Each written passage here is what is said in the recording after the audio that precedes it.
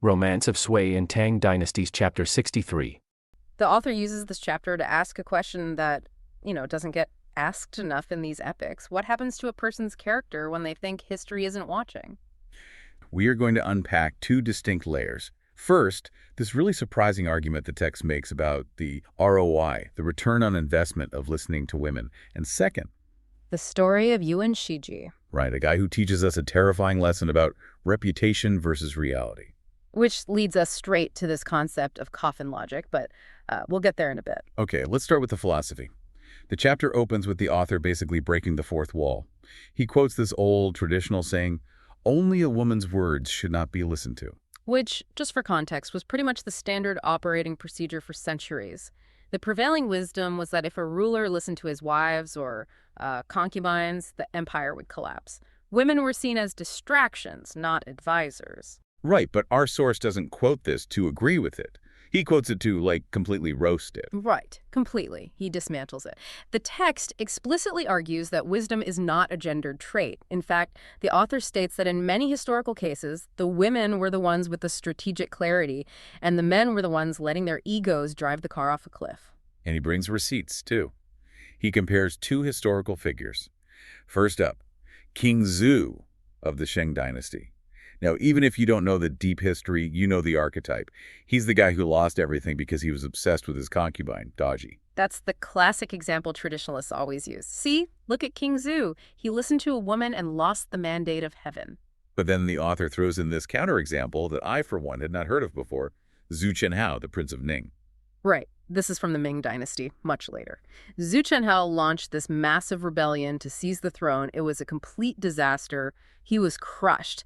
And the text argues he failed specifically because he didn't listen to his wife, Mrs. Liu. And what was she telling him? Just don't do it. Essentially, yes. She was his risk management officer. The text describes her giving him this, tearful advice, warning him that the timing was wrong, that his strategy was flawed. He ignored her because, she's a woman. And he marched his army straight into destruction. Yeah.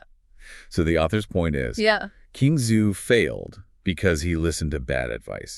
The Prince of Ning failed because he ignored good advice. Exactly. The variable wasn't gender. The variable was the quality of the insight. The text is demanding discernment. It's saying, stop looking at who is speaking and start looking at what they're actually saying. And this isn't just theory, though. The chapter immediately applies this to the current timeline in the book.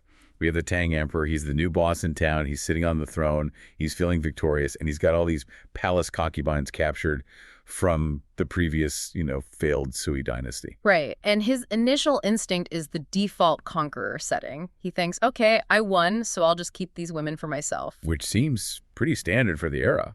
Standard, but stupid.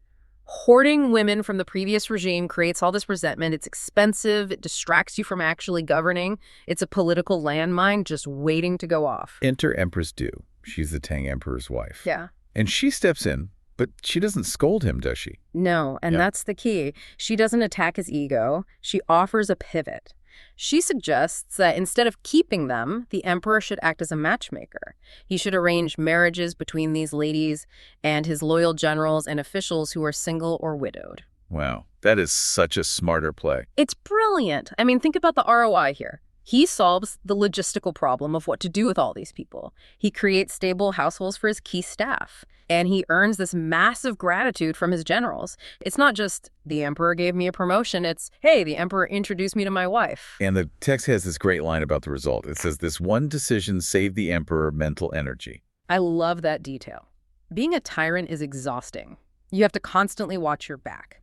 But being a benevolent matchmaker, that frees up your bandwidth to actually run the country.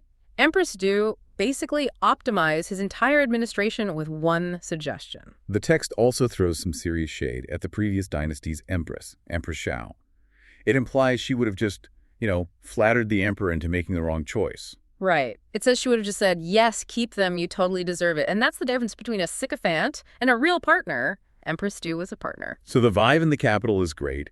Everyone is celebrating. The text says people are praising the filial and the righteous nature of the new court.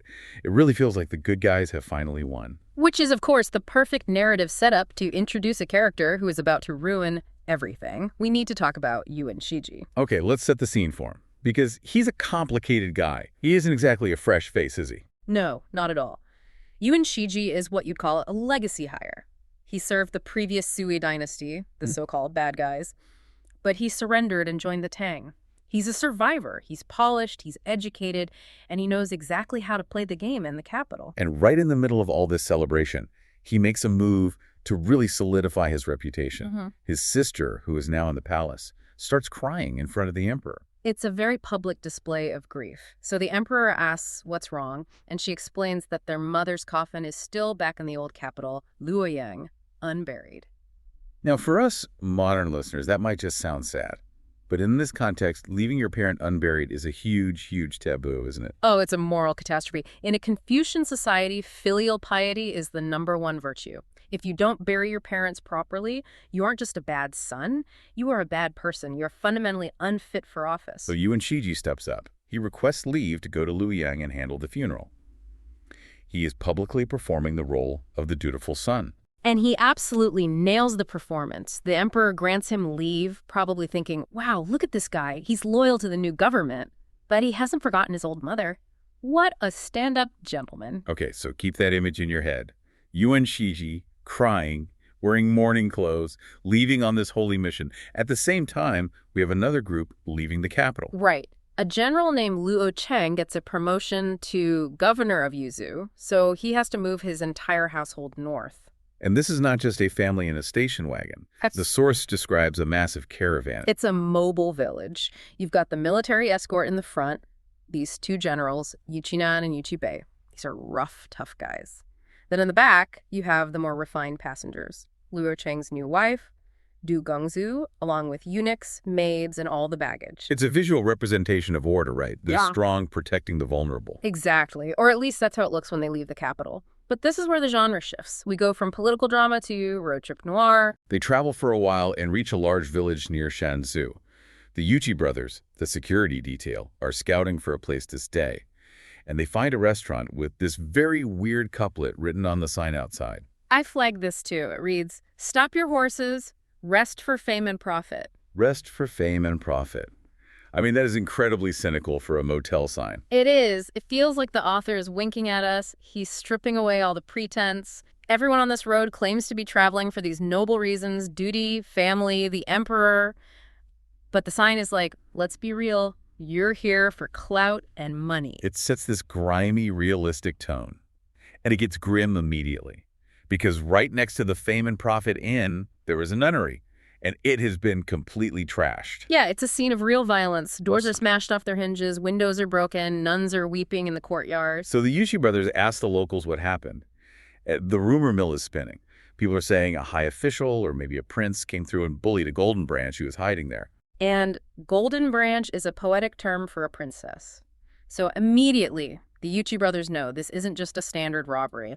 This is a powerful man abusing his status to target a highborn woman who's in hiding. So Du Gongzu, that's Luo Cheng's wife, she decides to investigate. She goes into the ruined convent, and we find out the identity of the nun. It's Princess Nanyang. This reveal carries so much weight. Princess Nanyang is the daughter of the fallen Sui emperor. She is literally royalty from the dynasty that just collapsed. But she's not just sad about losing her crown. I mean, her backstory is horrific. Yeah. I think we need to explain why she's even in a nunnery because it explains just how vulnerable she is. It's truly tragic. During the wars that brought down her dynasty, she was widowed. But then a rebel general named Yu Shichong, a really nasty piece of work, decided he wanted to marry her. He wanted the prestige of having a princess as his wife. And she said no. She refused him. So to force her hand, this general took her son, a young boy named Shanxi, accused him of treason, and executed him. He killed her child because she wouldn't date him. Effectively, yes. He used her son as leverage, and when that didn't work, he just killed the boy out of spite. So when we meet Nanyang in this chapter, she is carrying the weight of her dynasty falling, her husband dying, and her child being murdered. She became a nun just to escape the world of men and power. She just wants to disappear. And then someone kicks down her door, and it turns out the high official who did this is Yuan Shiji. The dutiful son. The man we just saw weeping in the capital about his mother. This is the twist that just makes you sick. Yeah. He passed through the village just ahead of our main group. Someone must have tipped him off that Princess Nanyang was hiding there. And this guy, who is supposed to be on a holy mission to bury his mother, decides to pay her a visit. And it is not a social call. He tries to proposition her, but even proposition is too polite. He tries to buy her. The line he uses is just chilling. He yells through her door, "You are a widow, I am a widower. Let me keep you in a golden house." Let me keep you in a golden house. It's so transactional. He doesn't see a human being. He sees a collectible. He thinks, I'm a rising star in the new dynasty. You're a relic from the old one. I should own you. And think about the hypocrisy. He is literally wearing mourning clothes. He's supposed to be in a state of solemn, celibate grief for his mother, and yet here he is harassing a traumatized nun. It completely shatters the image he built back in the capital. In the palace, he performed virtue because the emperor was watching, but here, in some random village, he thinks no one who matters is watching, so he lets his true nature out. And he's a predator. But Nanyang, I mean, she has no guards, she has no money, she has zero political power anymore, but she does not fold. No, she delivers one of the most powerful speeches in the entire book. She calls him out as an enemy. She reminds him that the only reason she hasn't tried to kill him with her own two hands is that he wasn't personally in the room when her father was betrayed. And she draws this hard line. She says, I would rather die than marry you. Which is a massive risk. He has soldiers with him. He could have just dragged her out by force. But she banks on her moral authority. She shames him. And it works, but just barely. He realizes he can't force her without causing a huge scene that might, delay his trip or look bad. So he leaves, but he doesn't just leave quietly. No, his ego is bruised. So he lets his subordinates smash up the nunnery. They accuse the nuns of hiding fugitives, which is technically true, I guess, but they just use it as an excuse to destroy the place and extort whatever money they have. It's a tantrum. It's if I can't have the girl, I'm going to break all your windows. It's petty, it's small, and it's vindictive. And it proves that his virtue back in the capital was nothing but a costume. Meanwhile, the post-war cleanup. And we're not looking at it from the emperor's palace. We're looking at it from the roadside inns and the refugee trails. Because what we find in these sources is a really tense clash between two types of order. On one side, you have the new imperial law, statutes, taxes, executions. And on the other side, you have the Greenwood Code, the Code of Yi. Which we usually translate as righteousness or loyalty, but I have a feeling it's a lot more complicated than that. Oh, much more. Think of Yi less like a moral virtue and more like an alternative currency. In the underworld of the Jiang Hu, Yi is your bank account. If I save your life today, you owe me. Right. It's a web of transactional honor that keeps society functioning when the government fails. Right. And in this story, that web is the only thing saving people. So let's get into the story. It kicks off with a chance meeting that, it feels like it belongs in a noir film. We're at a roadside inn. Princess Du. And she bumps into Princess Nanyang. So Nanyang is the ultimate symbol of the fallen dynasty. She's a widow. Her husband was killed in the chaos. Her father's empire is dust. She is basically a refugee in the country her family used to own. That's it, exactly. And she tells Du that she's heading to the capital, Chang'an. She thinks she has a plan. A plan, right. She's going to find a relative of hers, a guy named Lu Wenjing. And this just shows how completely out of the loop she is. Lu Wenjing was a high-ranking official. He was actually one of the founding fathers of the new Tang regime. He helped put the new emperor on the throne. He did. But Lu Wenjing is dead. He's dead. Executed. Wait, hold on. If he was a founding father, why kill him? Lu Wenjing had a conflict with a rival faction, and the emperor, he had him executed on trumped-up charges. That is terrifying. Nanyang realizes she has absolutely nowhere to go. The political safety net is just gone. So what does she do? If you're a princess of a fallen dynasty, you can't exactly get a job at the local market. You're a walking political target. This is where Princess Du offers a solution. She directs Nanyang to the Nuzin nunnery in Lexia. And she mentions that 4 other noble ladies' widows from the Sui court are already there. Okay, so it's a sanctuary, a place for them to pray and hide. That makes Du's gesture even more interesting. She pays for Nanyang's travel, hires a sedan, pays the bill to get her to this nunnery. It's like she's saying, here is the only place you will be allowed to survive. It's a grim solidarity. The men played the Game of Thrones and lost their heads. The women are just helping each other find the only exit door that's left. Speaking of people looking for an exit door, or people who have just nailed the door shut, we have to talk about the guy running the inn where all this happens, the tavern keeper. Ah, yes. Guandadao. The text describes him, and he does not sound like your friendly neighborhood bartender. Square face, huge ears, a curly beard. He looks like he's about to mug you. That's because until very recently, he probably would have. Guandadao is a former salt smuggler and a bandit from Liaodong. And now he's just serving drinks. That feels like a bit of a demotion. Or a strategic retreat. See, Guandadao represents the common hero who rejects the new system entirely. When some servants try to pay him for the princess's meal, he starts grilling them, he's vetting them. He asks, "Are you with the Xia king? Do you know the family of General Luo?" He's checking their allegiance. He wants to know if they are his people. And when he finds out they're transporting the coffin of Shan Jiangsun, his entire attitude just flips. Okay, we need to pause here, because the rest of this story revolves around this one name, Shan Jiangsun. The text treats him like he's the most important person in the world, even though he's dead. Who was this guy? If you want to understand this era, you have to understand Shan Jiangsun. Imagine a combination of maybe Robin Hood and The Godfather. Before the wars, he was leader in the Greenwood. The bandit world. The bandit world. Yeah. He was famous for his generosity. Generosity how? Like buying drinks for everyone? Like saving lives. If you were a criminal on the run, Shan hid you.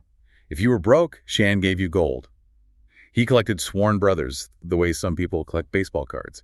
He was the center of that web of Yi. But he picked the wrong side in the war, didn't he? He did. He fought against the Tang. And when he was captured, the Tang emperor executed him. But here's the real tragedy. Many of the generals standing right next to the emperor, the guys who won, were Shan Jiangsun's sworn brothers. Oh, wow. So his best friends were working for the guy who chopped his head off. Yes, and Shan went to his death. He refused to surrender. He is the ultimate martyr of the old code. He died because he wouldn't bend. So for a guy like Guandadao, the tavern keeper Shan Jiangsun is a saint. That explains his reaction then. When he hears they're carrying Shan's coffin, he refuses to take their money. He just pushes the silver back. And notice what he says. He laughs and calls the Tang emperor an enlightened ruler. Which is weird, right? He hates the government. He calls the officials hat and robs them whenever he can. Why would he compliment the emperor? Because the emperor allowed Shan Jiangsun's family to retrieve the body and give him a proper burial. Guandadao respects the gesture, even if he hates the regime. He's saying, okay, the emperor has a little bit of Yi, so I won't rebel today. He compares himself to Guan Yu, the ancient god of war, right? Saying, Guan Yu didn't surrender to Cao Cao, so I won't surrender to the Tang. He's drawing a line in the sand. He's saying, I acknowledge you won the war. I won't fight you, but I will not join you. I'm staying in my inn. It's a very libertarian stance, really. Leave me alone and I won't burn the capital down. But not everyone is as, cool and collected as Guandadao. We have another character show up at this inn who is a total mess. Jia Runfu. Jia Runfu is the embodiment of survivor's guilt. He was also a sworn brother of Shan Shanxing. But unlike the famous generals who joined the Tang, and unlike Shan who died, Jia he did nothing. He sat on the fence. Exactly. And now the guilt is eating him alive. He talks about how the other generals, Ting Sheng, Zhu Maogong, made these huge dramatic gestures at the execution. They cut a piece of their own flesh to offer to Shan. Which is gross, but effective, I guess. It was the ultimate apology. We can't save you, but we bleed with you. But Jia Runfu didn't do that. He says, I haven't repaid 1/10,000th of his kindness. So he hears the coffin is coming down the road, and he sees a chance for redemption. He organizes a crew. He gathers other heroes, local tough guys, people Shan helped in the past, and they plan to intercept the funeral procession. This sets up the main event. We shift scenes to the road. We have the funeral procession escorting the coffin. It's led by Qin Huayu, the son of the famous general Qin Kang, and his wife, who happens to be Shan Jiangsun's daughter. It's a poignant pairing, isn't it? The son of the winner married to the daughter of the loser. They're newlyweds, traveling with an official Imperial Guard escort. It's getting dark. The woods are spooky, and suddenly, boom! 7 or 8 massive guys in white mourning clothes and head wraps jump out and block the road. Put yourself in the shoes of the Imperial Guards. You see 8 large men with weapons blocking the highway at dusk. You think one thing. Bandits. Robbery. Right. Panic ensues. The guards chase them. Jin Huayu grabs his weapon. It looks like it's going to be a bloodbath. But then the guys in white do something completely unexpected. They see the red banner on the hearse. It says, Late General Shan Jiangsun, and they don't attack. They drop their weapons. They just throw themselves on the ground and start wailing. Swept the ground and cried to the heavens. That's the line. It's such a powerful image. These aren't robbers. They're mourners. It's raw grief. and it completely confuses the Imperial Guards. These soldiers represent the official order law, permits, badges. They don't know how to handle these guys who are operating on pure emotion. And then Sean's widow recognizes one of the men. She calls out to him, Mang Nanner, or Zhao the Fugitive. This is the reveal. This man, Zhao, was a murderer, a wanted criminal. Years ago, the government wanted his head. But Shan Johnson hid him, fed him, and paid off his debts. This goes right back to what we said about Yi being currency. Sean invested in this guy when he was worthless to society, and now that investment is paying off. Exactly. The law says Zhao is trash. Yi says Zhao is a brother. And look at how these criminals treat the son-in-law, Qin Huaiyu. He's a Tang official. He works for the enemy. But they don't care. They grab his hand, they say, good son-in-law, good son of Qin Chang. Because in their world, relationships trump politics. They respect him because he is honoring the dead, not because of his rank. And then comes my favorite moment. The bandits basically fire the police. They do. They tell the Imperial escort, you guys are too slow, get out of the way. And these 7 or 8 outlaws, they take over the hearse. The text says they push it like wind and thunder. I just love that visual. The sun is setting, the dust is kicking up, and you have these wanted criminals sprinting down the road, pushing a massive coffin, powered purely by adrenaline and loyalty. They are reclaiming their friend. The government killed him. But the people, the bandits, the outlaws, they're the ones burying him. And where do they take him? Right back to the inn. To Guan Dao's place. So all the threads converge. You have the bandit innkeeper, the guilty friend, Jirun Fu, the refugee princesses nearby, and the funeral procession. They all meet at this one spot. It's a gathering of the broken. And this huge, heavy concept of Yi. Right. But in this context, it's so much more specific. It's loyalty. It's the code of the brotherhood. And honestly, this is a masterclass in that code. Why does this one scene matter so much? Well, this scene, it acts as a kind of bridge. It connects the legacy of a dead warlord, Shan Jianxin, to the next generation.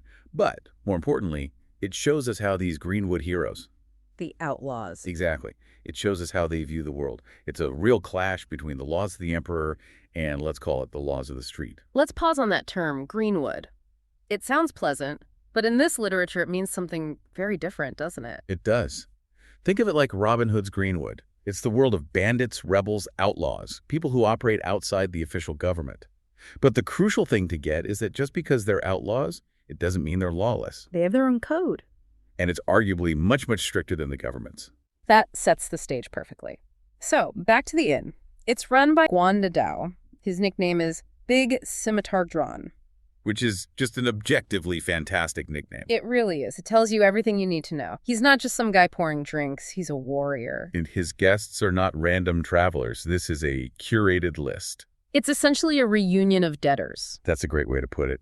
Everyone in that room was a recipient of kindness from the late Shan Jianxin. Now, for context, Shan Jianxin was a huge figure in the underworld. Generous, charismatic, but he backed the wrong side in the civil wars and was executed. So this gathering is awake. But sitting right there among these rough, seasoned, tough guys is a young man, Qin Huaiyu. He's the son-in-law of the deceased. And he seems a little out of his element at first. He's the civilian in the room, relatively speaking. He's the next generation. He hasn't been hardened by decades of outlaw life. And the first thing that really highlights this culture shock and the values of the group is the seating arrangement. Yes. This part is so important. I found it fascinating. You'd think a bunch of outlaws would just grab a bench and start drinking. But the text spends a lot of time on who sits where, why. Because seating is politics. In this culture, where you sit is your status. Normally, it's about social rank, family hierarchy. Qin Huaiyu is the son-in-law, so by Confucian rules, he has a specific subordinate place. Or, because his father is a famous general, maybe he should be at the head. It's confusing. It's a conflict of protocols. But then Jirun Fu, the group's strategist, he steps in and just shuts that all down. Throws the rule book out. Completely. And this is a pivotal moment. Jirun Fu says, if they sit by family ties or titles, it ruins the whole spirit of the thing. He says they should sit on either side of the spirit tablet based purely on friendship. He explicitly says, we value Yi righteousness over nobility. Wow. That's like a mission statement for the entire genre. In this room, your title means nothing. Your heart means everything. Exactly. In the Jianghu, the outlaw world Yi is the only currency that matters. Duke, peasant, doesn't matter. Sworn brother is the highest rank. By rearranging the seats, they're declaring that this room operates under their laws, not the emperor's. So they set up the paper tablet, righteous friend Shan Jiangxin's seat, and treat it like the man himself is there. And then the drinking starts. The text says, whale swallowing, large cups. Which just implies this desperate, aggressive kind of drinking. It's not a polite toast. It's pouring grief down your throat. They're singing, crying, stomping their feet. It's raw. But in the middle of all this grief, there's this one story from a character named Mang Nanner that is, actually, it's pretty funny. Oh, the birthday gift story. Yes. So Mang Nanner turns to young Qin Huaiyu and says, hey, I remember your grandmother's 60th birthday years ago. But the catch is, back then, Mang Nanner and his buddies were wanted bandits. Right. They couldn't exactly walk up to the front door of the prestigious Qin household, the government family, and just hand over a gift. They'd be arrested on the spot. So what do? They scrape together 500 or 600 gold, a massive fortune, sneak into the city, wait till the dead of night, and jump over the back wall of the estate. Breaking and entering to give a birthday present. It's drive-by philanthropy. They break in, drop a bag of cash in the courtyard, and run. And he's telling the story to the grandson of the woman they gave the money to. It's hilarious, but look at what it's doing. It completely humanizes them. They are criminals in the eyes of the state, but they hold themselves to such a strict standard of gratitude that they risk execution just to give a gift. He's telling Qin Huaiyu, we aren't monsters, we are men of honor. It really bridges that gap for you, the listener, too. But just as the stories are flowing, the mood shifts. There's a frantic knocking at the door. And this is where the plot kicks in. Guan Dao opens it, and in walks a character who, for me, is the moral anchor of this whole chapter. Shan Quan. Let's talk about Shan Quan. He's introduced as a servant, a manager, but the reaction from these warlords, these Greenwood heroes, they stand up to bow to him. That tells you everything. Shan Quan is the embodiment of the loyal retainer. After his master died and the family fortune collapsed, he didn't run. And get this, we learned that high-ranking officials, big names like Qin Shubao, offered him government jobs. They wanted to give him a future. A government job in the Tang dynasty, that's the golden ticket, security status. And he turned it down. Flat out. Refused a comfortable career to go back and manage the Shan family's dwindling assets. He keeps a perfect register of every penny. He chose hardship and loyalty over comfort. So when the heroes try to bow to him, they're recognizing that his yi, his righteousness, is maybe even stronger than theirs. But he refuses. He knows his place. He walks straight to the paper tablet, bows 4 times to his late master, and then bows to Qin Huaiyu, the son-in-law. He keeps the protocol. But Shan Quan isn't just there to pay respects. He's brought the family with him, and he's brought news. Bad news. This is the catalyst. This is what turns the wake into a war council. He reports out of Wang Shichong, the big bad of this particular arc. The ultimate opportunist. Shan Quan says Wang Shichong has rebelled again. He's in Dingzhou. But the piece of news that sucks all the air out of the room, it concerns a man named Luo Shixin. And who was he to this group? I could feel the weight of that name in the text. Luo Shixin was a beloved hero, a tank of a warrior, and a sworn brother to Qin Huaiyu's father. He was family to everyone in that room. And Shan Quan reveals that Wang Shichong used a scheme to kill him. So Wang Shichong is responsible for the death of yet another friend. It's the tipping point. Yeah. Jie Runfu, the strategist, he just flies into a rage. He starts listing the body count. Wang Shichong is the reason Wei Gong is dead. He's the reason Shan Xiangxin is dead. And now Luo Shixin. It's one tragedy too many. Jie Runfu vows right then and there to kill him with his own hands. And Qin Huaiyu, the young son-in-law, he breaks down. He says, Uncle Luo is dead. He wants to go ask his father for an army. And that's a crucial moment. He wants to go through the proper channels, asked Dad, the general, for the army. But the group is about to pivot to something much more direct.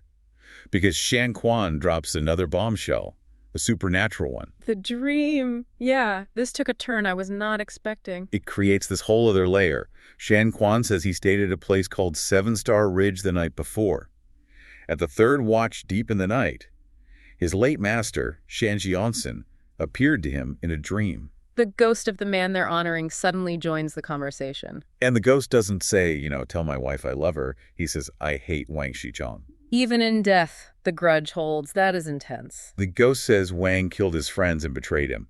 But then he makes a prediction. He says, I know this thief's fate is exhausted. His time is up. And then he gives a command. What's the command? He tells Shan Quan to instruct his son-in-law, Qin Huaiyu, to be the one to kill Wang Shichong and claim the merit. That changes everything. This isn't just revenge anymore. It's a mandate from the afterlife. A supernatural order. Exactly. In this world, you do not ignore a ghost's command, especially from your sworn brother. It validates their anger. It turns vigilantism into destiny. When the group hears this, they decide they can't wait for an army. An army is too slow. The ghost wants blood now. And we see immediate mobilization. Guan Dadao, the innkeeper, looks around his shop, his whole livelihood, and basically says, I'm done. He's ready to walk away instantly.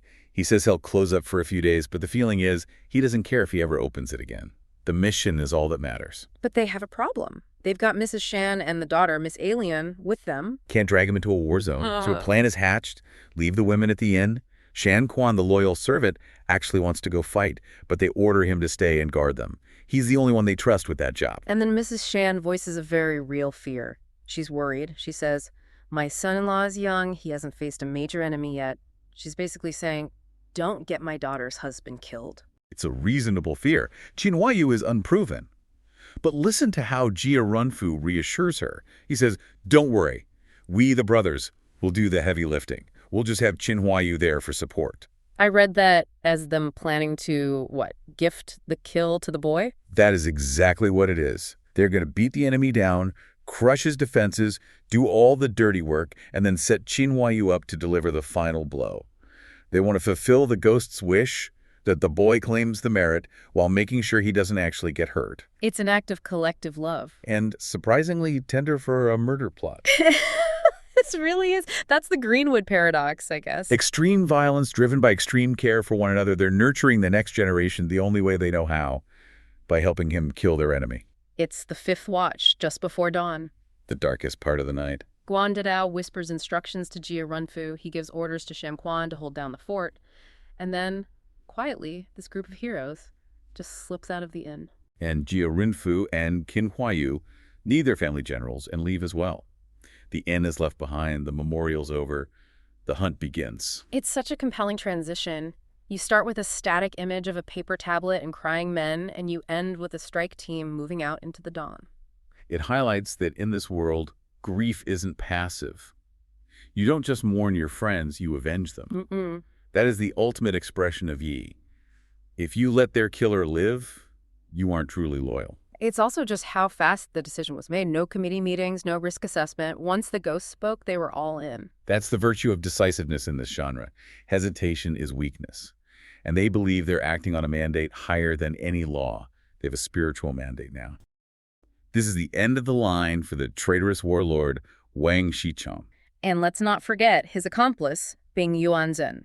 These are two of the major antagonists in the saga. And what I love about this particular story is that their downfall, it doesn't come from a massive clash of thousands of cavalry on an open field. No. It comes from a small group of loyalists, a very clever lie, and interestingly enough, a touch of the supernatural. For our listeners who might not be deep into this specific era, Sui Tangyani is historical fiction, right? It's sort of like the Three Kingdoms, but focused on the transition from the Sui to the Tang dynasty. That's a very fair comparison. Lots of larger-than-life heroes, stylized violence, and, heavy moralizing. It blends historical fact with folklore.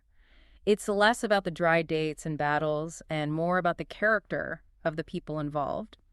It feels like a heist movie to me. It's got the infiltration, the disguise, the inside man, the getaway. All the classic elements. But underneath all that action, there's this heavy theme of Yi, or righteousness. Right. So let's set the scene properly. We are on the road near Jizu. You've got this group of men led by characters named Guan Dadao and Mang Nanner. And the text makes a point to describe their appearance. What do they look like? They are dressed head to toe in white. Which, in that culture, is the traditional color of mourning. That's a crucial visual shorthand here. Yeah. They aren't hiding in the bushes wearing camouflage. No. They're walking right down the main road, signaling to everyone that they are non-combatants, that they are grieving. That's the brilliance of the disguise. In a war zone, soldiers are hyper-vigilant for threats. They look for armor, weapons, banners, sudden movements. They don't look for mourners. Mourners are invisible. Or at least they're considered harmless. It just lowers the enemy's guard immediately. So they're walking along, acting the part, and suddenly they run smack into the vanguard of Wang Shichong's army. Now, Wang Shichong is the warlord they are technically hunting, But he's also the guy currently in charge of this territory. So the soldiers stop them and ask, "Who are you? Where are you going?" And this is the moment. This is where the bluff happens. It has to be delivered perfectly. What do they say? They tell the soldiers, "We are escorting the coffin of General Shan Jiangsun." Now we need to pause on that name. Shan Jiangsun was a fierce warrior who was executed by the Tang dynasty. He's a martyr in the eyes of his followers. But here's the kicker, and this is where the history gets juicy. Wang Shichong is the reason Shan is dead. Yes. That's what I find so wild about this plan. They are carrying the body of the victim directly to Wang Shichong. It's incredibly risky.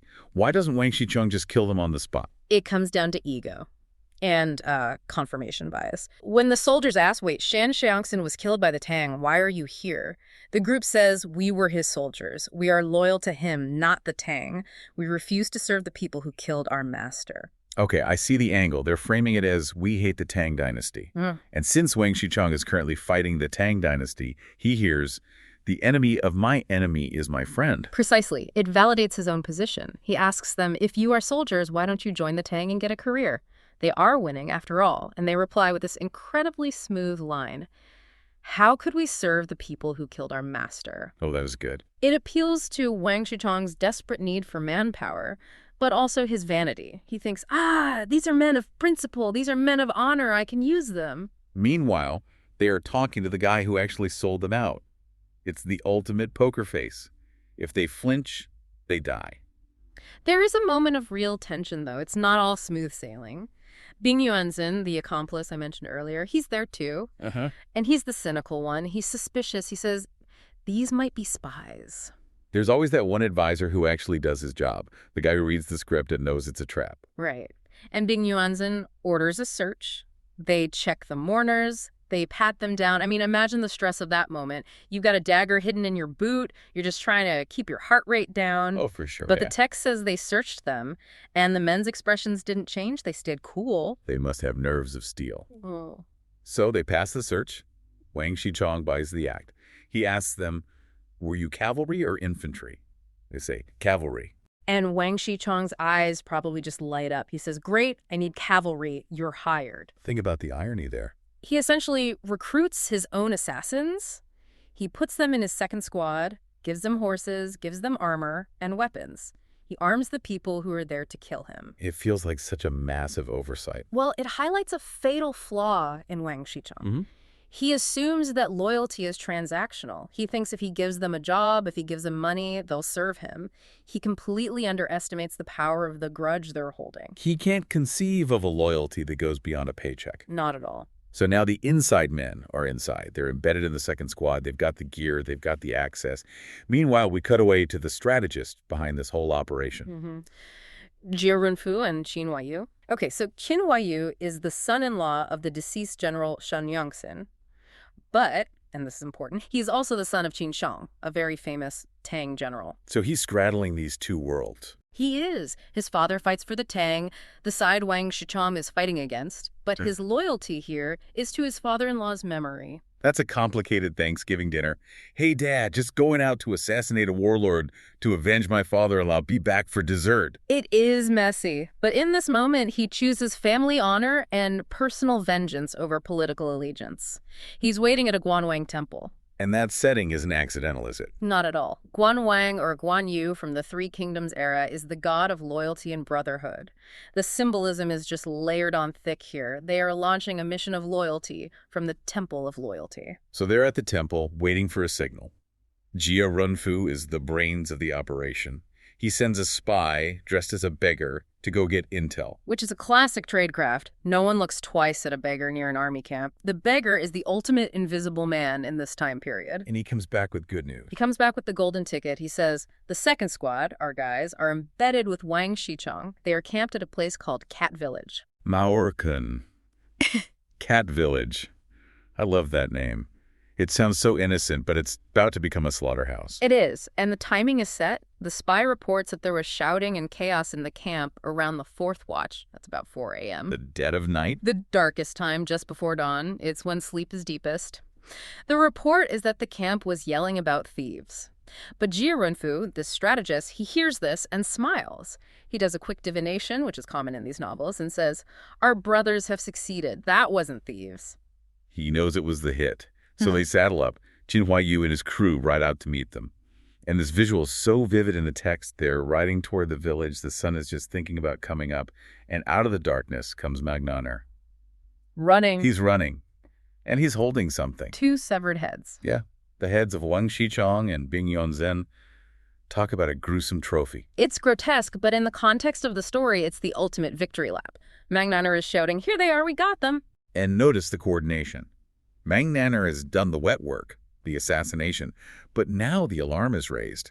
The rest of Wang Shichong's army is waking up. They're furious. They are chasing the assassins. This is where the extraction plan kicks in.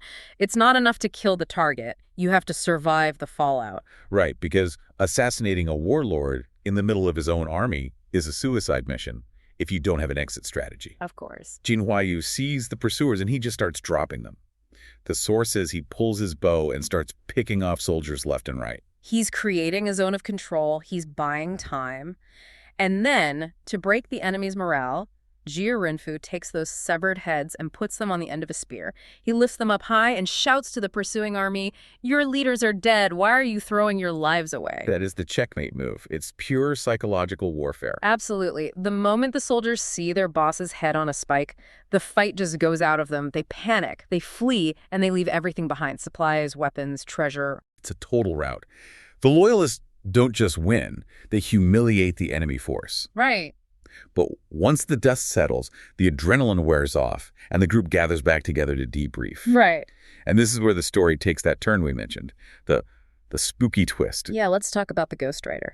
Because up until now, this has been a very grounded tactical operation. Bluff your way in, kill the guy, fight your way out. Very practical. But while they're recounting the story, Guan Dadao explains how they actually pulled off the escape. Right. So Guan Dadao says they waited until Wang Shichong and Bing Yanzhen were drunk and asleep to do the deed. Smart. But then he mentions the immediate aftermath.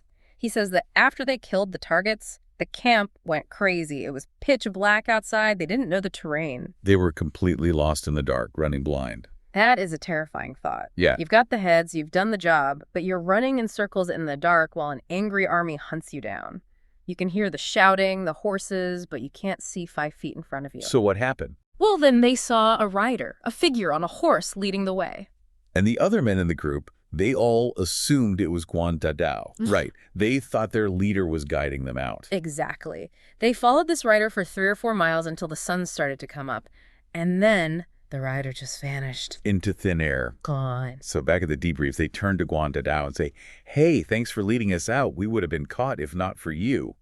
And Guan Dadao looks at them confused and says, Maybe it wasn't me. I was following you. Chills. Yeah. Absolute chills. The realization hits the whole group at once. Yeah. If it wasn't Guan Dadao, who was it? And they conclude immediately, it was Shan Xiangshen, The man they just avenged. the spirit of their fallen master. Now, we need to be careful not to dismiss this as just a ghost story or a plot hole filler. In Sui Tanyani, this serves a very specific narrative purpose. What's that? It validates their cause. I mean, killing a general or a warlord, even a bad one, is a chaotic, potentially immoral act. It disturbs the social order, it's rebellion. By having the ghost of Shan Xiangshen guide them to safety, the story is telling us that this wasn't just murder, it was sanctioned justice. The spirit world approves. It turns a hit into a holy mission. It's like a stamp of approval from the afterlife. Good job, boys! Now let me show you the exit. Exactly. And that spiritual validation sets up the next phase of the story, because now that they have achieved divine justice, they have to deal with the material world. The massive pile of loot the enemy army left behind. Right. The ill-gotten gains. They've got carts full of treasure, armor, supplies, and now they face a dilemma. What do we do with all this cash? And this is where the character of these men really shines. You might expect a group of bandits or rogue soldiers, which is technically what they are, Yeah. to split the money and retire. Go find a nice island, buy a farm, something like that. Or at least buy some nice houses. Yeah. But they don't do that. No, they propose a split, but it's very specific. Yeah. One half goes to pay for a proper, lavish funeral for Shan Xiangshen. That's the duty part. And the other half, They decide to give it to the poor neighbors and villagers of Erxian village. The people who had been looking after the estate while the family was gone. It's a Robin Hood moment. But it brings them into direct conflict with the local authorities. And this scene is honestly one of the funniest and most biting bits of social commentary in the chapter. Oh, the officials from Luzhu. I love this part. They show up because they hear Qin Huaiyu, this big-shot general's son, is in town. They want to pay their respects, schmooze a little bit, maybe get a promotion. They arrive with the pomp and circumstance, pigs and sheep for sacrifice, doing the official ceremonial thing. But then they see this mountain of treasure being handed out to random peasants. And their brains just break. They cannot compute what they are seeing. The officials are like, whoa, wait. If this is stolen goods from a trader, shouldn't it go to the government treasury? Or maybe we build a monument. Which is code for, let us get our hands on it so we can siphon some off. But the text gives us this wonderful internal monologue from one of the officials. He's standing there watching these soldiers give away thousands of taels of silver. What's he thinking? He thinks to himself, and I'm paraphrasing the source here, but it's close, I have to argue and beg just to get a bribe of 1.5 taels for a handkerchief. And these guys are just tossing fortunes to the poor. What is wrong with their brains? 1.5 taels for a handkerchief. That is such a specific, petty detail. Yeah. It really paints the picture of how small-minded the official is compared to the heroes. It's a brilliant contrast. It frames the government as petty and transactional. On one side, you have the legitimate government official who is corrupt and obsessed with scraping together tiny bribes. For a handkerchief. For trivial items. On the other side, you have these outlaws who have just committed assassination, but they possess a generosity and a moral code that the official can't even comprehend. It really flips the script on who the good guys are. Yeah. The heroes ignore the officials completely. They don't even argue. They just turn to the villagers and say, here, take this. Just treat the Qin family as well as you treated the Shan family. And the villagers are on their knees, weeping with gratitude. It creates a bond between the heroes and the common people that bypasses the government entirely. It shows that true leadership comes from character, not position. So the funeral is arranged, the money is distributed, the mission is technically over, and now we get to the farewell. This is the part that I think really cements the cool factor of these characters for me. Walk away. Yes. Qin Huaiyu is incredibly grateful. He's the noble son-in-law. He offers them horses. He offers them rides. He probably offers them a place to stay. And Guan Dadao and his crew just look at him and shake their heads. Their line is iconic. We came this way, we shall leave this way. Wow. They walk there on foot, humbly, driven by duty, and they will leave on foot, taking nothing with them. The source text describes them walking away and ran, which translates to something like proudly, haughtily, or just with immense dignity. They don't look back. It's the ultimate rejection of transaction. If they took the horses or the money, it would make them mercenaries. It would mean they did the job for a reward. Right. By walking away with nothing but the dust on their shoes, they proved that their loyalty was pure. It was an act of of righteousness. It's powerful stuff. Jin Huaiyu is left there to finish the burial. He appoints a loyal servant, Shen Quan, to be the adopted heir and keep the family line going. And then he heads back to the capital, Cheng. With the heads. With the heads. Can't forget the heads. He needs proof of victory. Imagine checking that luggage on the way back. Anything to declare. Just two traitorous warlords. Head.